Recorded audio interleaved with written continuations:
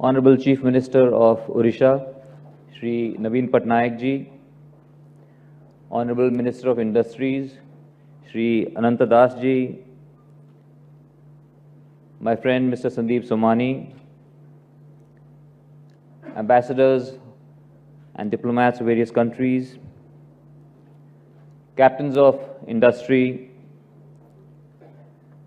Chief Secretary of Odisha, Shri Padi, Industries Secretary, Shri Chopra, senior officials of Government of Odisha, esteemed guests, investors, friends. I'm really happy to be here at this investors meet to make in Odisha. Like Mr. Chopra said, we are already making in Odisha, and this was a dream that Honorable Chief Minister's father, Shri Biju Patnaik ji saw, along with my father, Shri O.P. Jindal. And I remember I was very young, I was only 20 years old in 1990, when they used to talk about it. And at that time, they used to talk about setting up a 1 million-ton steel plant. A 1 million-ton steel plant in 1990 was a very, very big steel plant. And then, worthy son of Shri Biju Patnaik ji, our Honorable Chief Minister, not one, probably Odisha produces more than 20% of India's steel and has the potential of producing, I think in the future, up to maybe 35–40% of India's steel. We are very proud at JSPL that we've been able to set up a 6 million ton steel plant in Angul district of Odisha. It has India's largest and most modern blast furnace, which we recently commissioned. For the first time in the world, we set up a plant where we would gasify the Indian coal, the Indian high ash coal, and make steel from that. We also set up India's largest pellet making facility at a location in Badbil of 9 million tons. So in total, we have almost invested around 45,000 crores, employing more than 50,000 people. And it has been a good experience. I would not say that we have not faced any challenges. Of course, like anywhere in the world you would go, there would be lots of challenges, and the bigger the work that you would do, the bigger the challenges there would be. There were lots of issues that came up, but we realized that in all those areas, whenever we face any challenges, we could bank on the government for the right advice, for the right support. And in the last almost 20 years, if you see, there has been an environment of great political stability. And thanks to Honorable Chief Minister's dynamic leadership, that every time we face a challenge, there were people to help us out, to guide us. For that, Honorable Chief Minister, his team of ministers, his team of senior bureaucrats, whose sole objective is how Odisha progresses, how the people of Odisha become more prosperous, how Odisha is able to develop to its full potential.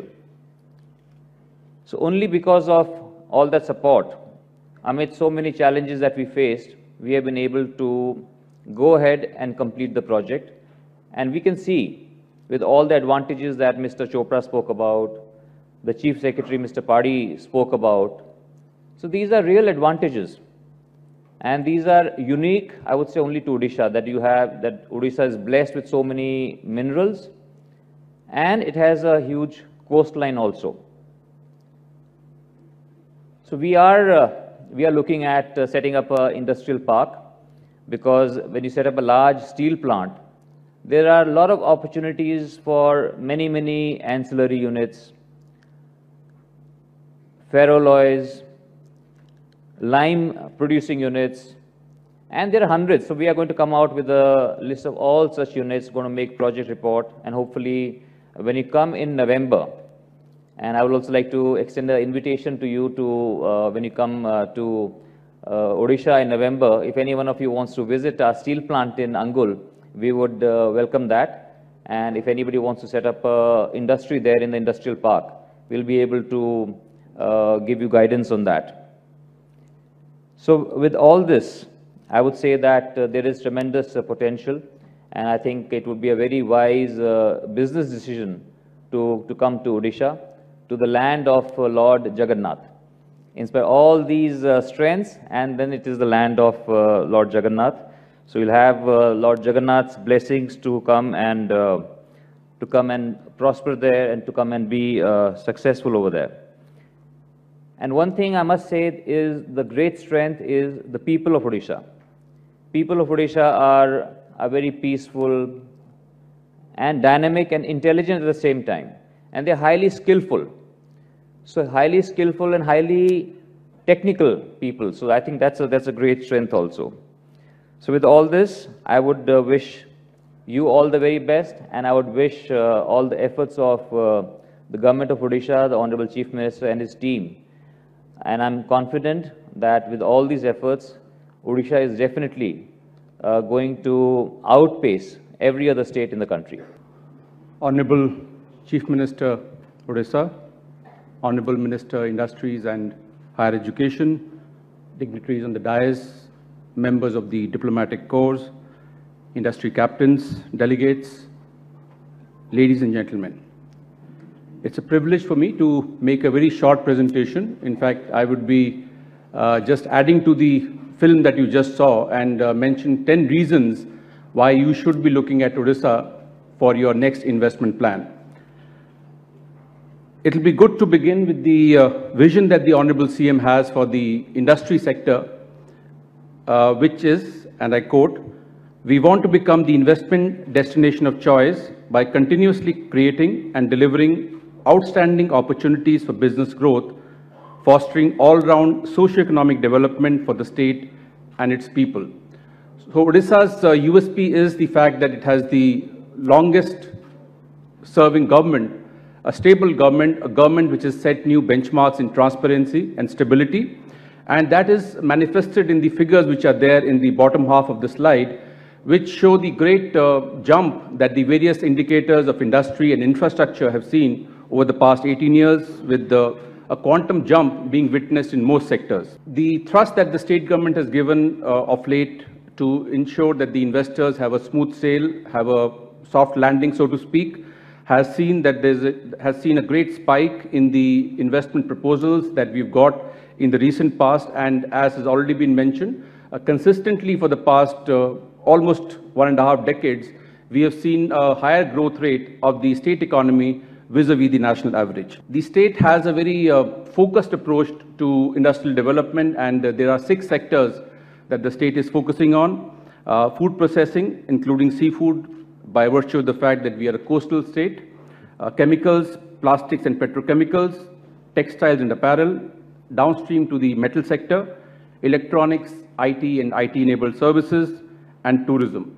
So the state's vision is to attract 2.5 lakh crores of new investments in these sectors and create 3 million new jobs in the state by the year 2025. So for all these 6 sectors, there are dedicated policies, and also the requirements with respect to skilling, with respect to the infrastructure, are all factored in as the state is rolling out this implementation plan for the OIDP 2025. The advantage number 3 is that the development is led by infrastructure, because we are of the firm view that in case the state is able to offer good infrastructure for industries, they are bound to come.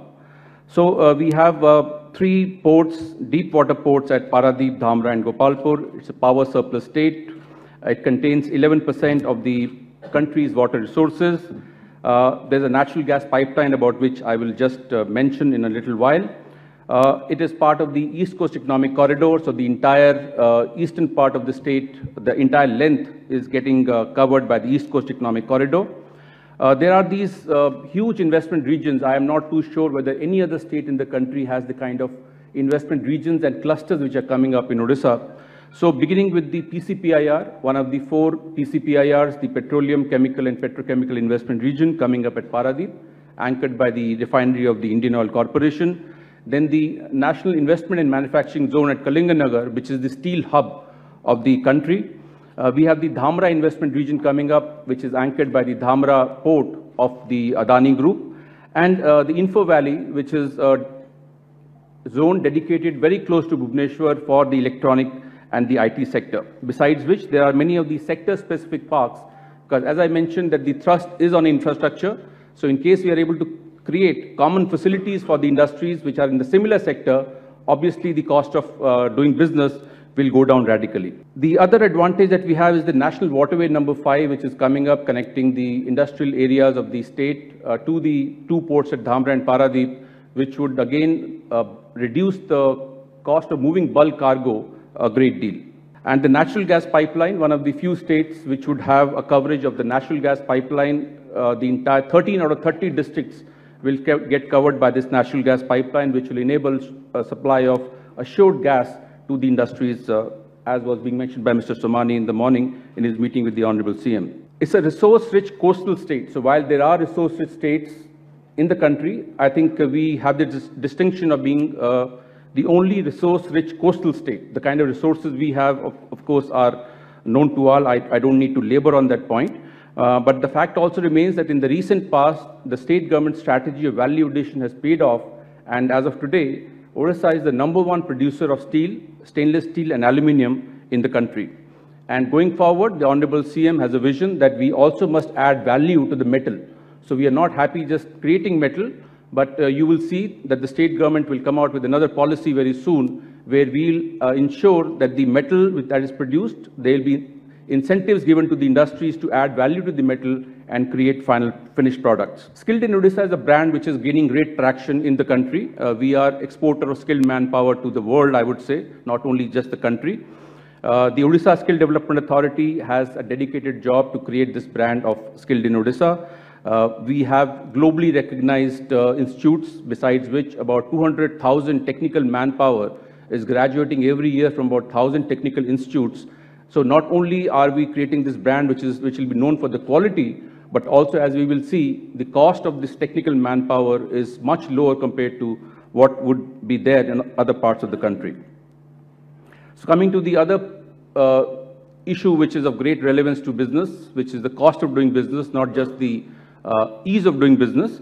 In terms of cost of doing business, we've just done this comparison with some states of the minimum wage rate of skilled labor, where you would see that Odisha compares extremely favorably with the other states in the country. In terms of the industrial power tariff, we are the lowest in the country, and also availability of reliable quality power. The cost of living, besides which the cost of land also is not only the availability, but the cost of land is much lower than what would be there in other parts of the country. In terms of the ease of doing business, it has been mentioned by the Chief Secretary that where once you log in and once you register, all your requirements through the investment life cycle would get covered by this one portal. One need not visit any other portal except this one, which covers the entire requirements throughout the G2B interface all along the investment life cycle. So this is a portal which has got great response, and as was mentioned by the Chief Secretary, 350th proposal has been received in just little over 9 months, and we would request you to please have a look at that, and happy to also make any further modification that the industry would like. Advantage number 8 is the progressive policy ecosystem. So as I mentioned that we have these 6 sectors that we are focusing on. Accordingly, we have dedicated policies for each of these sectors to ensure that the requirements which are particular to that particular industry are not lost sight of when we are developing a generic policy which may not be suited to that particular sector. Again, if you see the point number F on the right, we have another unique concept of a private industrial park, and that too has got a great response from all the major players, including Mr. Naveen Jindal's JSPL, which will be setting up a private industrial park set up and managed by the private sector. Advantage number 9, which is something which has been an issue in many parts of the country, including ours, and we have taken care of that now by setting up this land bank of 120,000 acres, which is available on a GIS-based platform where you can not only locate land giving any search criteria. For example, 15 kilometers from the port, I need a patch of 10 acres. So this will give you the various options available. But also, using the GIS platform, you can see what are the other utilities in the vicinity. For example, power, transmission lines, water, in terms of the road, rail connectivity, all that can be seen as a preliminary recce before you actually make a physical visit. The last advantage is the state capital. It's a great place to live and to do business, highly livable city, and which is emerging as which was rated as the #1 in the challenge that was done by the Government of India among 98 cities in 2016, and is now emerging as a role model for other cities to follow. Having mentioned the advantages, let me end by inviting you all to the Make in Odisha Conclave, which would be a gathering of the top minds in the various sectors in which we are organizing these seminars. It will not just be a seminar, or not just be an event to promote investment into the state, but a forum in which the best minds can meet and also come up with thoughts and ideas as to how to take the state to the next trajectory. So with this, I would like to thank you for your presence and also request to kindly attend the Make in Odisha Conclave, which is happening from the 11th to 15th of November this year. Thank you very much.